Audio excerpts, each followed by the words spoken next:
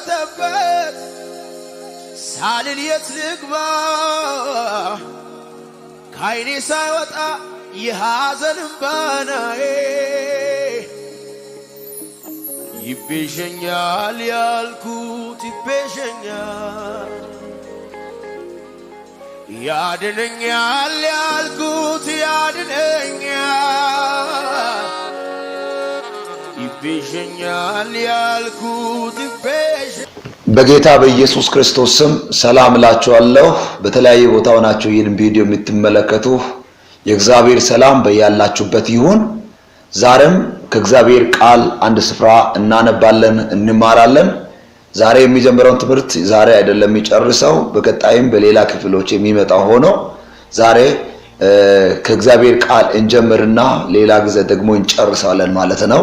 የማነበው የእግዚአብሔር ቃል ክፍል ኤፌሶን ምዕራፍ 3 ከቁጥር 15 ጀምሮ ያለውን ክፍል ነው። ይህንን ከማንበባችን በፊት እግዚአብሔር እንዲያስተምረን እግዚአብሔር በቃሉ ወደኛ እንዲመጣ አብረን እንጸልያለን። አቤቱ ታላቅና ኃያል የሆንክ የዘላለም አምላክ እግዚአብሔር ሆይ ስለ ፍቅሬ፣ ስለ ምሕረቴ፣ እግዚአብሔር ስለ ቸርነቴ፣ ስለ መልካምነቴ ሁሉ እናመሰግናለን። በጌታ በኢየሱስ ክርስቶስን ክብር ሁሉ ላንተ ይሁን። በቸርነቴ ዛሬም አቆመንከን። እግዚአብሔር መልካምነትን በእኛ ላይ አሳየ። አንተን እንድናከብርህ፣ አንተን እንድናመሰግንህ መልካም እድል ሰጠህ። በኢየሱስም ለዘላለም ተባረክ። ጌታ ሆይ ዛሬ ደግሞ በፊትህ ነንና እንድታስተምረን፣ እንድትመክረን፣ በቃል እውነት ደግሞ መሆን የሚገባ ነገር እንድታስተምረን ዘንድ በጌታ በኢየሱስ ስም እንጸልያለሁ። ድምጽ ወደኛ ይምጣ። ጌታ ሆይ በሰማነው ቃል መኖር እንድንችል ደግሞ መንፈሲ በኢየሱስም ይርዳን። ሰማይ ተከፍቶ ካንተ ዘንድ ድምጽ ወደኛ ወደ ልባችን ይፍሰስ። ማንኛውም የክፋት ሥራ በጌታ በኢየሱስም ይከልከል። ለሚሰሙት ሁሉ እግዚአብሔር አምላክ የቃል እውነት መረዳት እንዲችሉ የቃል እውነት ይብራላቸው። ስለ ሁሉ ተመስገን። በጌታ በኢየሱስ ክርስቶስ ስም አሜን። ጌታ ስሙ ለዘላለም የተባረከ ይሁን። ዛሬ የማካፍለው የእግዚአብሔር ቃል ዋና ሐሳብ ወደ ክርስቶስ ፍጹም ሙላት መድረስ የሚል ነው። ወደ ክርስቶስ ፍጹም ሙላት መድረስ የሚል ሲሆን ከእግዚአብሔር ቃል ደግሞ መነሻ አድርገ የማነበው ኤፌሶን ምዕራፍ 3 ከቁጥር 15 ጀምሮ ያለውን ክፍል ይሆናል ማለት ነው። ይህንን አብረን አውጥተን እናነባለን። ይህንን የምትሰሙ ሁላችሁም ከኔ ጋር አውጥታችሁ እንድታነቡ በጌታ ፍቅር እጠይቃችኋለሁ። ኤፌሶን ምዕራፍ 3 ከቁጥር 15 እንደዚህ ይላል። ስለዚህ ምክንያት በሰማይና በምድር ያለ አባትነት ሁሉ ከሚሰየምበት ከአብ ፊት እንበረከካለሁ። መንፈሱ በውስጥ ሰውነታችሁ በኃይል እንዲጠነክሩ ክርስቶስም በልባችሁ በእምነት እንዲኖር እንደ ክብሩ ባለጠግነት መጠን ይስጣችሁ። ከቅዱሳን ሁሉ ጋር ስፋቱና ርዝመቱ ከፍታውም ጥልቀቱም ምን ያህል እንደሆነ ከመታወቅ ወይ ለማስተዋል ከመታወቅ የሚያልፈውን የክርስቶስን ፍቅር ለማወቅ ትበረቱ ዘንድ እስከ እግዚአብሔር ፍጹም ሙላት ደርሳችሁ ትሞሉ ዘንድ ይላል። ይሄ ነው ዋና። እስከ እግዚአብሔር ፍጹም ሙላት ደርሳችሁ ትሞሉ ዘንድ ብሎ ይናገራል። ከዛ ደግሞ ምዕራፍ 4 ከቁጥር 1 ጀምሮ ያለውን ክፍልንም አነባለሁ። እንግዲህ በጌታ እስር የሆኑ እኔ በተጠራችሁበት መጠራታችሁ እንደሚገባ ትመላለሱ ዘንድ እለምናችኋለሁ። በትሕትና ሁሉና በዋይነት በትዕግስትም እርስ በርሳችሁ በፍቅር ታገሱ። በሰላም ማሰሪያ የመንፈስን አንድነት ለመጠበቅ ትጉ። በመጠራታችሁ በአንድ ተስፋ እንደተጠራችሁ አንድ አካልና አንድ መንፈስ አለ፣ አንድ ጌታ፣ አንድ ሃይማኖት፣ አንድ ጥምቀት፣ ከሁሉም በላይ የሚሆን በሁሉም የሚሰራ በሁሉም የሚኖር አንድ አባት የሁሉም አምላክ አለ። ነገር ግን እንደ ክርስቶስ ስጦታ መጠን ለእያንዳንዳችን ጸጋ ተሰጠን ብሎ ይልና ወረድ ብሎ ቁጥር 12 ላይ እንደዚህ ይላል። ሁላችንም የእግዚአብሔርን ልጅ በማመንና በማወቅ ወደሚገኝ አንድነት ሙሉ ሰውም ወደ መሆን የክርስቶስም ሙላቱ ወደሚሆን ወደ ሙላቱ ልክ እስክንደርስ ድረስ ቅዱሳን አገልግሎት ለመስራትና ለክርስቶስ አካል ሕንጻ ፍጹማን ይሁኑ ዘንድ እንደ ሴት ሸንግላ ባለ ተንኮል በሰዎችም ማታለል ምክንያት በትምህርት ንፋስ ሁሉ እየተገፈከምን ወዲያና ወዲም እየተንሳፈፍን ሕፃናት መሆን ወደፊት አይገባንም። ነገር ግን እውነትን በፍቅር ያዝን በነገር ሁሉ ወደ እርሱ ራስ ወደሚሆን ወደ ክርስቶስ እንደግ። ከእርሱም የተነሳ አካል ሁሉ እያንዳንዱ ክፍል በልክ እንደሚሰራ በተሰጠለት ጅማት ሁሉ እየተጋጠመና እየተያያዘ ራሱን በፍቅር ለማነጽ አካሉን ያሳድጋል ይላል። ጌታ ስሙ ለዘላለም የተባረከ ይሁን። እዚህ ቦታ ላይ የእግዚአብሔር ቃል ስለ ሙላት ይናገራል። በተለይ ለሙላት ምን ያስፈልጋል የሚሉ ወሳኝ የሆኑ ሐሳቦችን እንካፈላለን። ኤፌሶን መጽሐፍ ጳውሎስ በእስር ቤት ላይ ሆኖ ከጻፋቸው መልእክቶች አንዱ ነው። የእስር ቤት መልእክቶች ተብሎ ከሚጠራው አንዱ የኤፌሶን መልእክት ነው። ጻፊው ራሱ ሐዋርያ ጳውሎስ እንደሆነ እግዚአብሔር ቃል ይናገራል። የተጻፈው ደግሞ 60 ዓመተ ምህረት አካባቢ እንደሆነ የመጽሐፍ ቅዱስ አዋቂዎች ይናገራሉ። እና የመጽሐፉ ትልቁ ዓላማ የእግዚአብሔር ዘላለማዊ ዕቅድና የጸጋውን ስፋት ጥልቀት ሰዎች እንዲረዱ ይናገራል ማለት ነው። ዋናው መጽሐፍ ቅዱስ ዓላማው የእግዚአብሔር ዘላለማዊ ዕቅድና የጸጋውን ስፋት በጥልቀት ሰዎች እንዲረዱ ነው ዓላማው። እግዚአብሔር ምን አይነት ትልቅ ዓላማ እንዳለው ምን አይነት ዕቅድ በክርስቲያኖች እንዳለው ያሳያል። ደግሞም የጸጋው ስፋት ምን አይነት ታላቅ እንደሆነ እግዚአብሔር ደግሞ በጸጋው ምን አይነት ታላቅ አምላክ እንደሆነ የእግዚአብሔር ቃል እዚህ ቦታ ላይ ይናገራል ማለት ነው። ጌታ ስሙ ለዘላለም የተባረከ ይሁን። እግዚአብሔር ለቤተ ክርስቲያን ያለውን ታላቅ ግብ እንዲረዱ እግዚአብሔር ቃል እዚህ ቦታ ይናገራል። ሌላው መዳናችን ለኛ ጥቅም ብቻ ሳይሆን ለእግዚአብሔር ውዳሴና ክብር መሆኑን ለማስረዳት ሐዋርያ ጳውሎስ እዚህ ቦታ ላይ እግዚአብሔር ቃል ያስተምረናል። መዳናችን ለኛ ጥቅም ብቻ ሳይሆን ለእግዚአብሔርም ውዳሴና ክብር መሆኑን ለማስረዳት ነው ማለት ነው። የእግዚአብሔር ዘላለማዊ ዕቅድ ያው ዓለምን በክርስቶስ ማጠቅለል እንደሆነ ለማስገነዘብ ደግሞ ይናገራል እግዚአብሔር ቃል እዚህ ቦታ። እነዚህ ሁሉ እግዚአብሔር ቃል ወይም በሐዋርያ ጳውሎስ በኤፌሶን መጽሐፍ ላይ የሚናገረው ዓላማዎቹ ናቸው ማለት ነው። ፍጹም ሙላት ማለት ምን ማለት ነው? ወደ ክርስቶስ ፍጹም ሙላት ማደግ ወይም ወደ ክርስቶስ ፍጹም ሙላት መድረስ የሚል ሐሳብ ነው ዋና ሲሆን፣ ወደ ፍጹም ሙላት መድረስ ማለት በራሱ ምን ማለት ነው? እግዚአብሔር በልጁ አምኖ ለዳኑ ሰዎች ሁሉ የወሰነላቸው ግብ ወደ ፍጹም ሙላት መድረስ ነው። የሙላት ሕይወት ለክርስቲያኖች እግዚአብሔር የወሰነው ስፍራ ነው። ሙላት ማለት በመንፈሳዊ ዓለም ክርስቶስን ወደ መምሰል መድረስ ማለት ነው። ክርስቶስን ወደ መምሰል መድረስ ማለት ነው። ጌታ ስሙ ለዘላለም የተባረከ ይሁን። እግዚአብሔር ልጁን የላከልን እኛን አድኖ ብቻ ለመተው ሳይሆን ወደ ክርስቶስ ፍጹም ሙላት እንድንደርስ ነው። በክርስቶስ በኩል ወደ ክርስቶስ ማንነት ወይም ክርስቶስን ወደሚመስል ማንነት ውስጥ እንድንደርስ እግዚአብሔር ይፈልገናል ማለት ነው። ጌታ ስሙ ይባረክ። እግዚአብሔር ልጁን የላከው የልጁን መልክ በእኛ ለማሳየት ነው፣ ወይም ልጁን የሚመስሉ ልጆች በምድር ላይ ለማዘጋጀት ነው ማለት ነው። እግዚአብሔር ልጁን የላከው ለማዳን ብቻ ሳይሆን እኛ የዳኑ ሰዎች ኢየሱስ ክርስቶስ ጌታ እንደሆነ አምኖ የተቀበሉ ሰዎች ደግሞ ልጁን ወደ መምሰል እንዲደርሱ ነው ማለት ነው።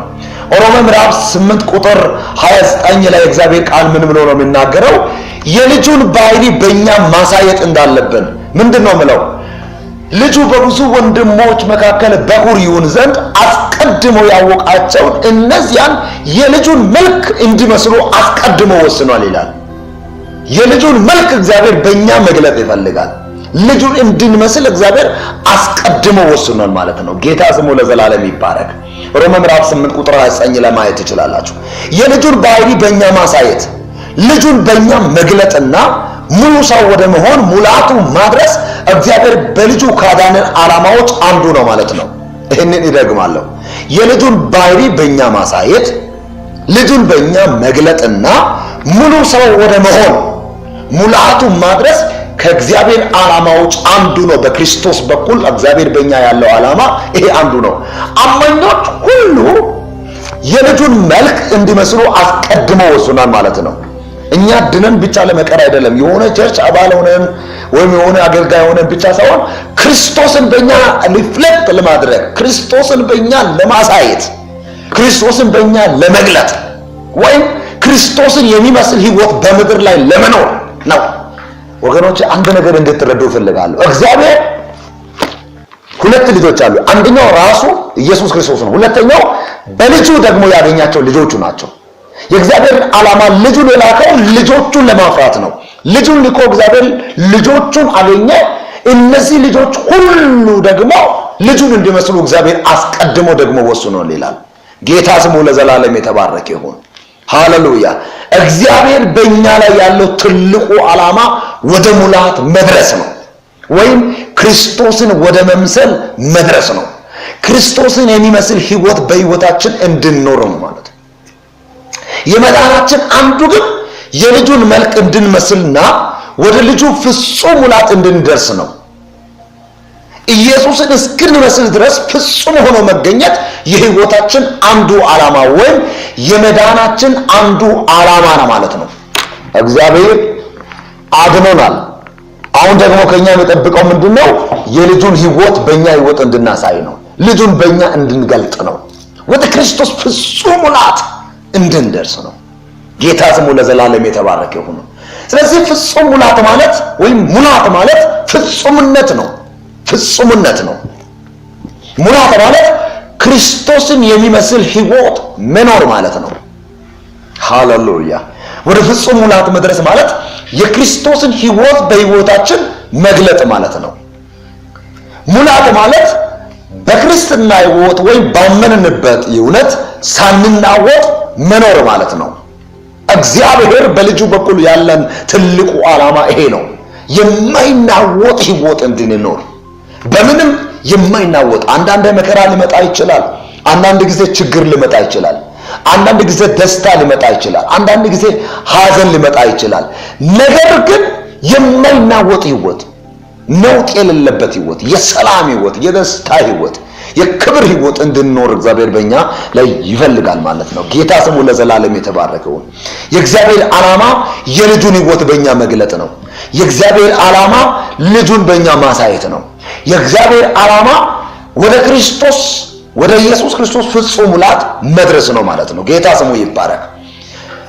የሙላት ህይወት ማለት መሰረት ያለው ህይወት ነው፣ ወይም የተደላደለ ራሱ በክርስቶስ የቆመ ስለ ራሱ በክርስቶስ እንደቆመ መናገር የሚችል የማይናወጥ ቆሞ የሚኖር ሰው ማለት ነው።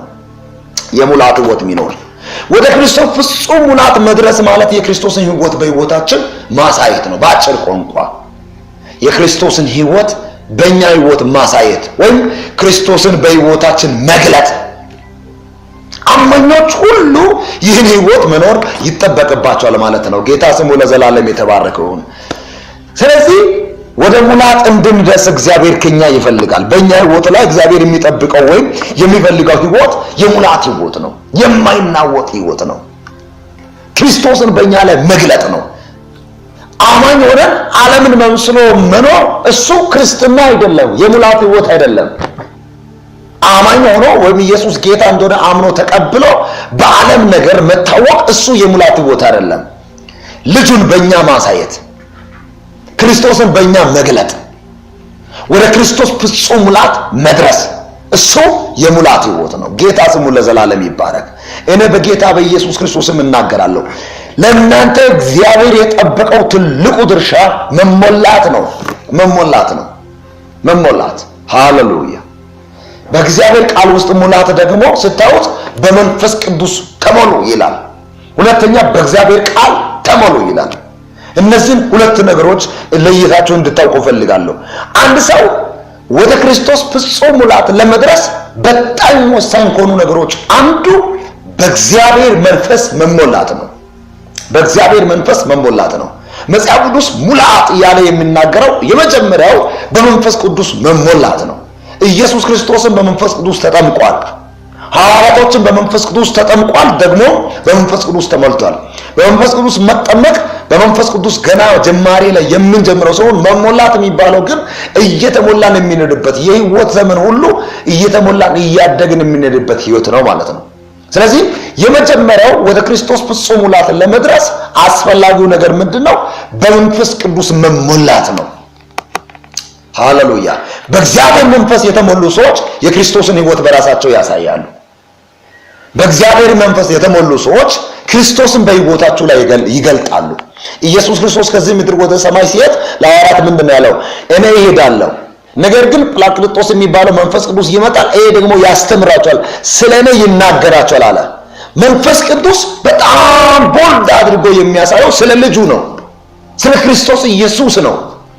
ሐዋርያቶች ሁሉ በድፍረት እንዲናገሩ፣ በሙላት እንዲሰብኩ፣ እንዲናገሩ የእግዚአብሔር መንፈስ ያደረገው ስለ ክርስቶስ ኢየሱስ ክርስቶስ ነው፣ ስለ ኢየሱስ ነው ማለት ነው። መንፈስ ቅዱስ የሞላው ሰው፣ በመንፈስ ቅዱስ የሚነዳ ሰው ልጁን በራሱ ይገልጣል። በመንፈስ ቅዱስ የተሞላ ሰው ሕይወቱ፣ አገልግሎቱ፣ ኑሮ ሁሉ ክርስቶስን የሚመስል የሆነ ሰው፣ ክርስቶስን የሚመስል ማንነት የሚኖር ሰው እሱ ሁሉ ጊዜ በራሱ ሕይወት ክርስቶስን ይገልጣል። ስለዚህ ወደ ክርስቶስ ፍጹም ሙላት ለመድረስ መጀመሪያ በመንፈስ ቅዱስ መሞላት አለብን ማለት ነው። ሁለተኛው በእግዚአብሔር ቃል መሞላት። በእግዚአብሔር ቃል መሞላት። በእግዚአብሔር ቃል ተሞሉ እንጂ ይላል እግዚአብሔር ቃል፣ በወይን ጠጅ አትስከሩ ይላል። አይታችሁ፣ በመንፈስ ቅዱስ ተሞሉ እንጂ በወይን ጠጅ አትስከሩ ይላል። ደግሞ የእግዚአብሔር ቃል በሙላት ይኖርባችሁ ይላል እግዚአብሔር ቃል። ሁለት ነገር ነው። መንፈስ ቅዱስ ይሙላባችሁ፣ የእግዚአብሔር ቃል ደግሞ በሙላት ይኖርባችሁ ይላል እግዚአብሔር ቃል፣ ሐዋርያ ጳውሎስ። ስለዚህ በእግዚአብሔር ቃል መሞላት፣ በመንፈስ ቅዱስ መሞላት ወደ ክርስቶስ ፍጹም ሙላት ለመድረስ ብቸኛ መንገድ ነው ማለት ነው። የሙላት ሕይወት ለመኖር ጌታ ስሙ ለዘላለም የተባረከ ይሁን። እግዚአብሔር ከኛ የሚጠብቀው የክርስቶስን ሕይወት በእኛ መግለጥ ሲሆን፣ ክርስቶስን ለመግለጥ ደግሞ በጣም አስፈላጊው ነገር ምንድነው? በጣም ወሳኝ ጉዳይ ምንድነው? በመንፈስ ቅዱስ መሞላት እንዲሁም በእግዚአብሔር ቃል መሞላት ማለት ነው። ጌታ ስሙ ለዘላለም የተባረከ ይሁን። እንግዲያውስ አሁን ባነበብኩት ክፍል ላይ ካለው አንድ ሐሳብን አነሳና ከእግዚአብሔር ቃል አሳያችኋለሁ። ምዕራፍ 4 ላይ ቅድም ባነበብኩት ኤፌሶን ምዕራፍ 4 ላይ ማለት ነው። ኤፌሶን ምዕራፍ 4 ላይ ምንድነው የሚለው? እንግዲህ በጌታ እስር የሆኑ እኔ በተጠራችሁበት መጠራት እንደሚገባ ትመላለሱ ዘንድ እለምናችኋለሁ ይላል። ተጠርታችኋል። አሁን እንደሚገባ ማለት ለምኑ? ለተጠራችሁ ጥሪ፣ ደግሞም ለጠራችሁ ለእግዚአብሔር የሚገባ ሕይወት እንድትመላለሱ ይላል የእግዚአብሔር ቃል። ጌታ ስሙ ለዘላለም ይባረክ። እግዚአብሔር ጠርቶናል። በክርስቶስ በኩል ነው የጠራን። እግዚአብሔር ለዓለም ሁሉ የሰጠው ድምፅ አንድ ነው፣ እሱም ኢየሱስ ክርስቶስ ነው። ጌታ ስሙ ይባረክ። እግዚአብሔር ዓለምን የሚገናኘው በልጁ ነው። ዓለምን የታረቀው በልጁ ነው። እግዚአብሔር ዓለምን የተቀበለው በልጁ ነው ማለት ነው። ጌታ ስሙ ለዘላለም የተባረከው። በክርስቶስ ኢየሱስ በኩል እኛ ጋር እግዚአብሔር ታርቋል። አሁንም ደግሞ ልጁ እንደኛ መግለጥ ይፈልጋል ማለት ነው። ክብር ለእግዚአብሔር ይሁን። በተጠራችሁበት መጠራት እንደሚገባ ትመላለሱ ዘንድ ይላል። ወርዚ ላይ የሚባለው የሚገባ ሕይወት ለምኑ? ለተጠራችሁበት ጥሪ አንደኛ፣ ሁለተኛ ደግሞ ለጠራችሁ ለእግዚአብሔር የሚገባ ሕይወት እንድትኖሩ አሳስባችኋለሁ ብሎ ይናገራል። ወገኖቼ እግዚአብሔር እኛን የጠራው ወደ ሙላት እንድንደርስ ነው። ወደ ሙላት ለመድረስ ደግሞ የመጀመሪያው በተጠራንበት ጥሪ ውስጥ ደግሞ ያለውን የጥሩን ክብረት አውቀን የጠራነው አውቀን ለጥሩ የሚገባ ሕይወት መኖር፣ ለጠራን እግዚአብሔር የሚገባ ሕይወት መኖር አድኖናል። እግዚአብሔር በክርስቶስ በኩል አይደል? ለዳንንበት ድነት የሚገባ ሕይወት መኖር፣ ለጠራን ለእግዚአብሔር የሚገባ ሕይወት መኖር እሱ ወደ ሙላት የሚያደርስ መንገድ ነው ማለት ነው። ጌታ ስሙ ለዘላለም ይባረክ። በተጠራችሁበት መጠራት እንደሚገባ ተመላለሱ ይላል። ከዛ ደግሞ በትሕትና ሁሉና በያይነት በትዕግስትም እርስ በርሳችሁ በፍቅር ታገሱ ይላል። በያይነት ሁሉ፣ በያይነት በትሕትና በትዕግስትም እርስ በርሳችሁ በፍቅር ምን ሆኑ? ታገሱ ብሎ ይናገራል። ይሄ በክርስቲያኖች ህብረት ውስጥ ላይ እንዴት መኖር እንደሚገባን የሚያሳይ መንገድ ነው። ከዛ በሰላም ማሰሪያ የመንፈስን አንድነት ለመጠበቅ ትጉ ይላል። በሰላም ማሰሪያ የመንፈስን አንድነት ለመጠበቅ ትጉ፣ አንድነታችሁን ጠብቁ፣ ህብረታችሁን ጠብቁ ብሎ ይናገረናል።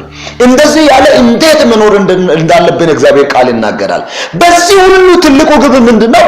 ወደ ክርስቶስ ፍጹም ሙላት መድረስ ነው። አሁን ወደ ክርስቶስ ፍጹም ሙላት ለመድረስ ከሚያስፈልጉ መንገዶች ናቸው እነዚህ አሁን ሐዋርያ ጳውሎስ እየተናገረ ያለው። የመጀመሪያው ምን ያለ ነው? በተጠራችሁበት መጠራት እንደሚገባ ተመላለሱ። ከዛ በትሕትና በዋይነት በትዕግስት እርስ በርሳችሁ ታገሱ። ከዛስ በሰላም ማሰሪያ እርስ በርሳችሁ የመንፈስን አንድነትን ለመጠበቅ ትጉ። እንደዚህ ያሉ ምንድናት ይደጉ እያለ ነው ያለው ማለት ነው።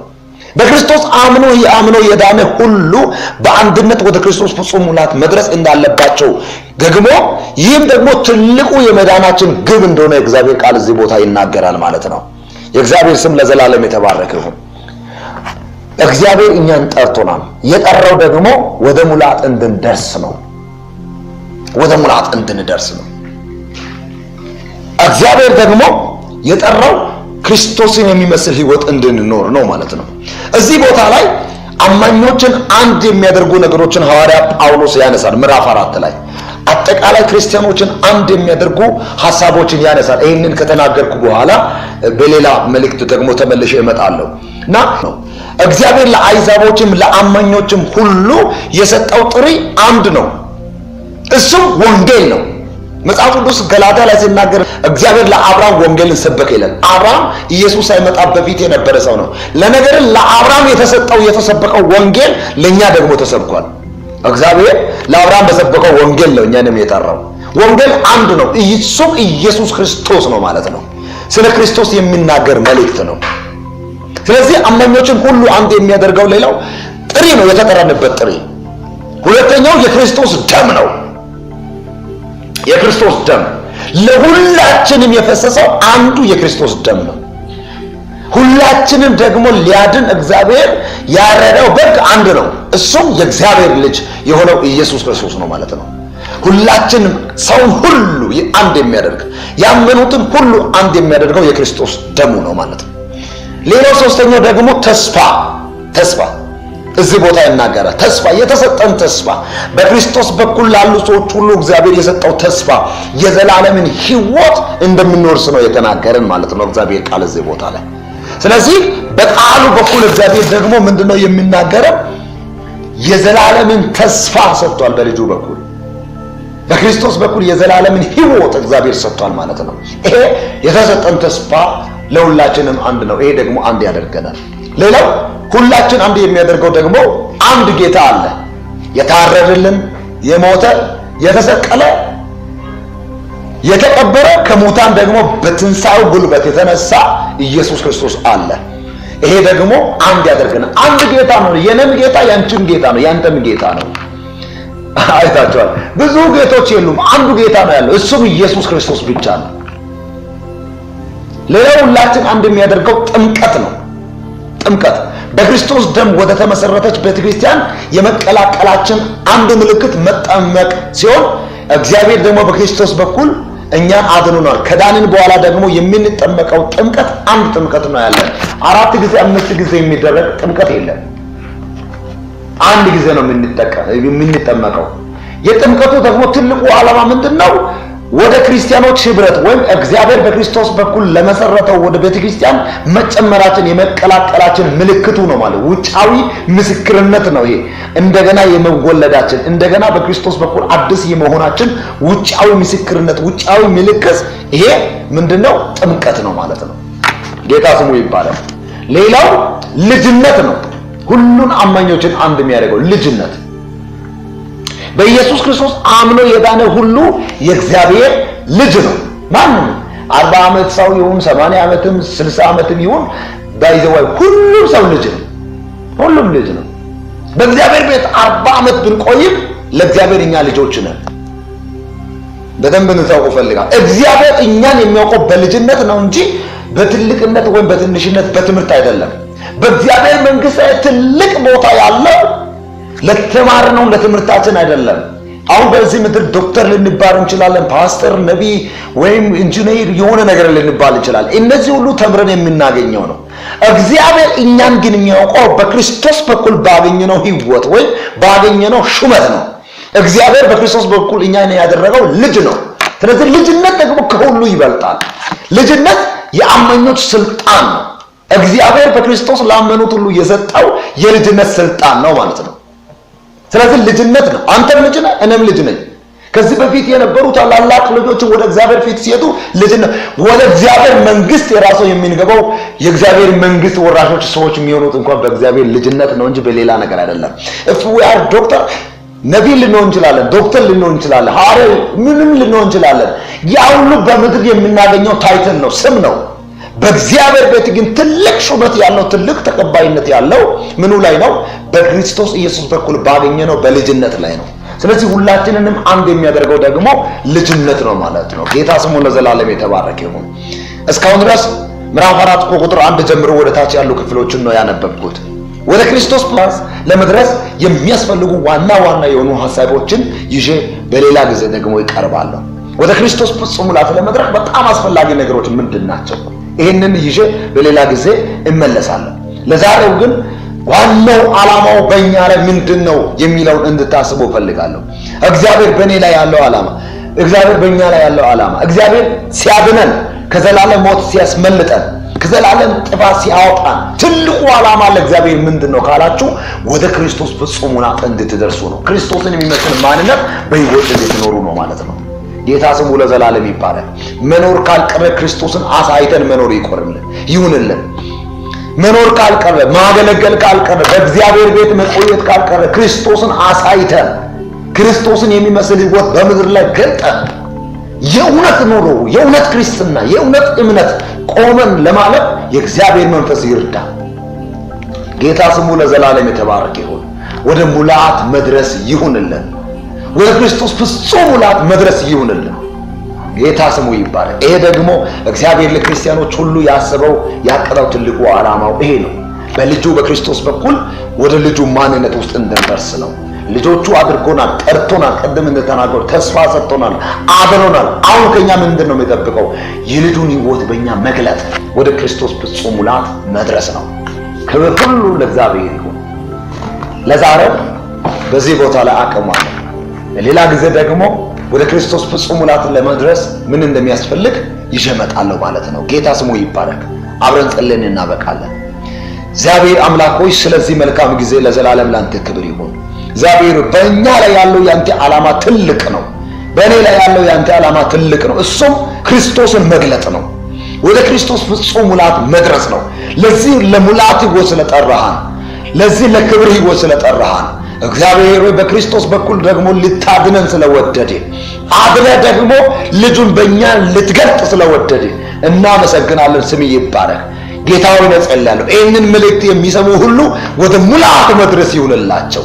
በእግዚአብሔር ጸጋ ይሞሉ፣ በመንፈስ ቅዱስ ይሞሉ፣ በእግዚአብሔር ቃል ይሞሉ። የእግዚአብሔር መንፈስ በእነሱ ላይ ይሙላባቸው። እግዚአብሔር አምላክ ሆይ አመፅ አይሙላ፣ በሽታ አይሙላ፣ እግዚአብሔር ክፋት አይሙላ። ግን የእግዚአብሔር ቃል፣ የእግዚአብሔር መንፈስ፣ የእግዚአብሔር ኃይል በኢየሱስም በእነሱ ላይ ይሙላ። መንፈስህ ያግኛቸው። ስለ ሁሉ ለዘላለም ተባረክ። እግዚአብሔር አምላክ ሆይ ይህንን ቃል ስላስተማርከን እናመሰግናለን። ክብር ሁሉ ላንተ ይሁን በጌታ በኢየሱስ ክርስቶስ ስም አሜን። ዛሬ እግዚአብሔር እንዳስተማራችሁ አምናለሁ። በሌላ ጊዜም ደግሞ በሌላ መልእክት ሳይሆን በዚህ ርዕስ ላይ እመጣለሁ። በዚህ ርዕስ ደግሞ እመለሳለሁ ማለት ነው። ይህንን መልእክት ደግሞ ወደ እናንተ እንዲደርስ ሁልገብ ኢትዮ ሚዲያ የሚለውን ዩቲዩብ ቻናላችንን ጆይን እንድታደርጉ አበረታታለሁ። ሳብስክራይብ፣ ላይክ፣ ሼር እንድታደርጉ ጠይቃለሁ። ፕላስ ደግሞ ፌስቡክ ፔጅ ላይ ዘገየ ዛና በሚለው ፌስቡክ ፔጅ ላይ ልታገኙ ትችላላችሁ። ከዚህም በበለጠ ጥያቄዎቻችሁ፣ ኮሜንታችሁ ካለ በዚህ በቪዲዮ ላይ በምትመለከቱት ስልክ ቁጥር ላይ ደውላችሁ እንዲሁም ደግሞ በሜሴጅም በኢሞ በቴሌግራም በተለያዩ ሶሻል ሚዲያዎች ላይ ልታገኙ ትችላላችሁ። የእግዚአብሔር ሰላም ከእናንተ ጋር ይሁን።